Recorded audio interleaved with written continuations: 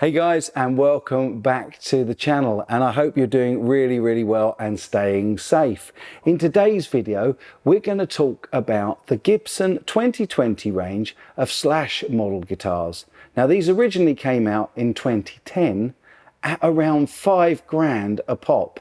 Now I was lucky enough to be at NAMM 2020 back in January this year, before all the nonsense hit and we were all locked down, and I saw the announcement and the release of the Slash range, and they look and feel and play really good. But the question I want to ask you guys today is, are they worth the money? Before we start today, I just want to take a moment to say to you that if you haven't yet, please consider subscribing, because it can't hurt. And also, if you do, don't forget to click that bell icon, and then you'll be notified every time I make an upload. Now, I did this as a live stream a few weeks back, and it was very popular, and people have been asking me to separate out the video that I made in that into a standalone. So that's what we've got today. Now, originally, when Gibson launched their first range of Slash guitars back in 2010, they were at the exorbitant price of $5,000 a pop. And I think that really is unjustifiable. I'd love to know what you guys think. Now, this year, when they released the 2020 version, they have knocked a couple of grand off, and now they're around the $3,000 mark. There are 4 of the electric models and 2 models of acoustic guitar that Slash plays. Now today we're going to look at a little bit of the history behind the Gibson Les Paul Slash models, and I'm going to ask you a question. So let's dive into it.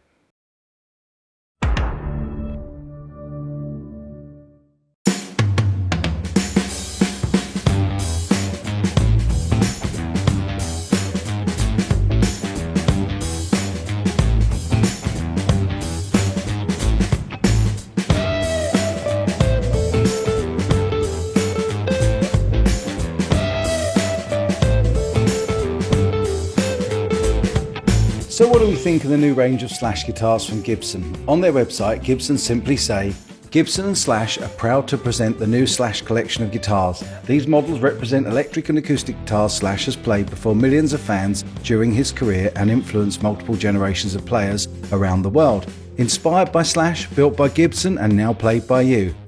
What I'm encouraged to see is the new range are much more reasonably priced than the first generation of Slash replicas at $5,000 a pop.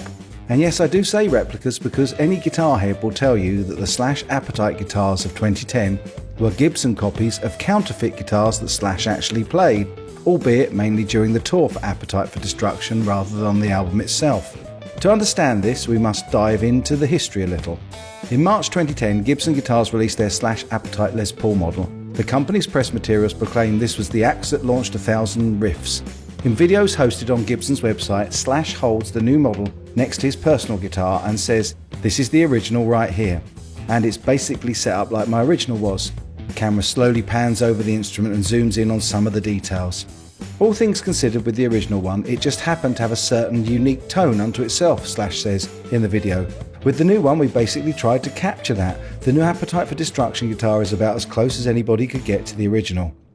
The guitar was hailed as an impressive instrument when Premier Guitar reviewed it and said, well, it's high quality Les Paul with flawless playability and gorgeous looks. The review carried a 4.5 rating out of a possible 5. That review also pointed out something that Slash fans and internet forum users have known all along. The Slash Appetite Les Paul is actually a replica of a replica, because the Slash instrument rocked on the iconic album wasn't actually a Gibson. The original, as Slash calls it in the video, was made by California luthier Chris Derrick.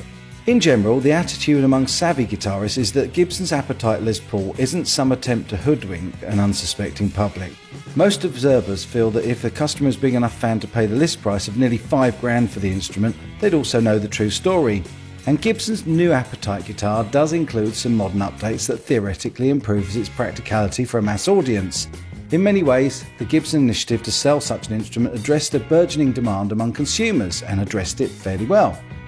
But while Gibson rehashed an iconic instrument for today's musician, the larger legend is more complex. Indeed, there are many who Slash allege actually wielded 3 Les Pauls during the time in question. These 3 guitars are shrouded in questions, contrasting memories and conflicting reports. Examining the legend of these guitars is like trying to unravel the threads of an ancient Norse epic or documenting the numerous trysts and offspring of the Greek god Zeus. Each answer opens a new question, each thread ends at the beginning of a new one. In the early 80s, during Guns N' Roses' formative period, Slash was living hand to mouth, struggling to eat and play for a drug habit. He certainly lacked the wherewithal to accumulate fine vintage instruments.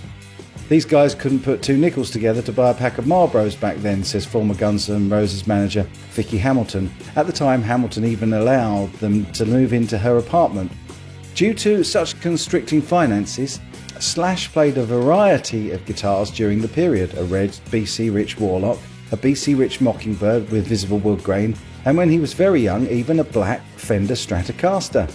In Slash's own best-selling memoir, Slash relates a story of asking Kiss's Paul Stanley for help procuring instruments from BC Rich. It was in that wilderness of instrument experimentation that Slash came across the first amulet that would help him face the challenging climb up the ladder of rock and roll stardom. "I was playing a new guitar," Slash writes in his memoir. "It was a Les Paul that had belonged to the 70s blues guitarist Steve Hunter. I'd traded my BC Rich for it at Howie Huberman's place, Guitars R Us."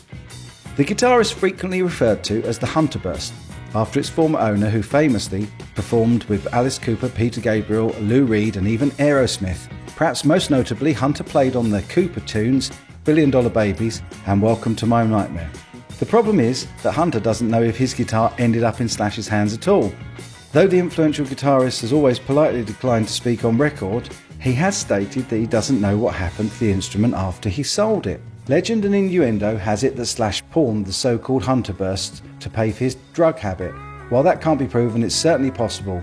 In his memoir, the guitarist writes of times when he sold equipment for cash to score more smack. The Hunter Burst wasn't a Gibson either, it was a replica. Steve Hunter said it was built by luthier Peter Max Baronet, whose friends and clients typically refer to as simply Max. Baronet himself, he's not so sure. In written statements and telephone interviews, Baronet won't confirm or deny that the Hunter Burst is one of his instruments. Serial numbers and markings for replica instruments in the day were not standardised and provide little help in solving the mystery. Baronet says he sometimes used customers' birthdays, sometimes even social security numbers, and other combinations of digits. Whatever the lineage of the Hunter Burst, at some point it passed out of Slash's hands. In general, the band had a quick excuse anytime equipment went missing. Usually it was blamed on theft, but more often had been sold to furnish drug habits. When Guns N' Roses entered the studio in late 1986 to record Appetite for Destruction, Slash was apparently playing an assortment of guitars and did not, according to some, include a Les Paul, whether a replica or a Gibson. But in July 2010, in an interview with AOL's Noise Creep website, Slash himself seems to confirm, at least in part, the assertion that the Les Paul didn't show up until late in the game, at the last minute for overdubs and solos. The Derrig model is presumed to be Slash's main guitar to this day. In the Gibson promotional materials, when Slash says the original, he's referring to the Derrig. Allegedly, Slash obtained two and even a third replica after recording Appetite for Destruction. According to some, he obtained a second Derrig model. Others claimed he got another Baronet instrument. Ultimately, some of the arguments surrounding these three replicas may never be solved. Short of getting Slash, the luthiers and all the guitars in the same room and subjecting them to CSI-level scrutiny, some definitive answers simply cannot be had. In the absence of such hard data, the topic will continue to be passionately debated. One internet message board features an epic 531 post argument that spans 3 years, and people continue to post on the subject to this day. While some observers may feel this level of fanatical discourse is a waste of time, it's what true believers do. They staunchly defend their interpretation of the myth or legend.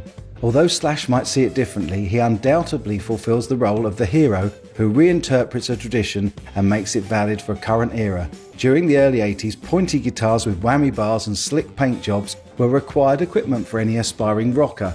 Slash's bluesy, more straight-ahead rock and roll riffs and leads on Appetite for Destruction swung the spotlight back on Les Pauls, which had been pushed to the side since the 70s heyday of Led Zeppelin and other Les Paul slinging bands.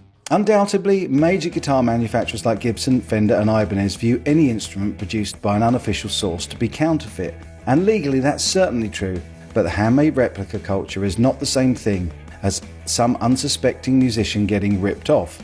Instead, all parties involved, except the major companies, agree that this can be an honourable transaction among consenting adults, one that involves high quality instruments.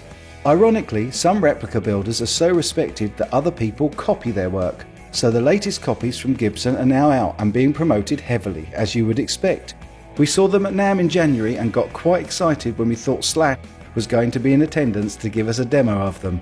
Alas, he had better things to do, probably sharing a beer with Max Baronet while hanging out with his other buddies at the All-Star concert at the Grove. The lineup of his new models includes 4 Les Pauls in colours Appetite Amber, Anaconda Burst, which is a deep green, November Burst, my particular favourite, and a red Vermilion Burst. The range also has 2 J45 style guitars in November Burst or Vermilion Burst, of which neither really float my boat. The question I ask, even though they have significantly reduced the price, is can Gibson justify the 3K starting price tag for these guitars when other manufacturers can produce great equivalents at a fraction of the price? I certainly won't be spending my hard-earned cash on one, so I leave you with this question. Are we still in the age of paying for the name, or have we as guitarists grown up and moved on from that? Gibson don't think so, but do you?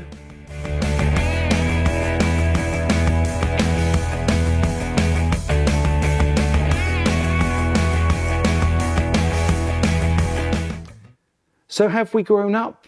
Are we over paying for the name of the brand on the headstock? Or is it still worth that kind of money for a model which is, let's face it, played by an icon, a modern icon of guitar? I love reading your comments and I can't wait to see what you have to say about that in the comments section down below. So please comment. If you've enjoyed this video, don't forget to give it a like. And as I said at the start, please consider subscribing if you aren't, because it really can't hurt. And if you do and click that bell icon, you'll be notified every time I make an upload. And that will help the channel and it will help me. And I thank you in advance for it. As always, I'll be back with the best content I can, but in the meantime, as always, my friends, you take good care.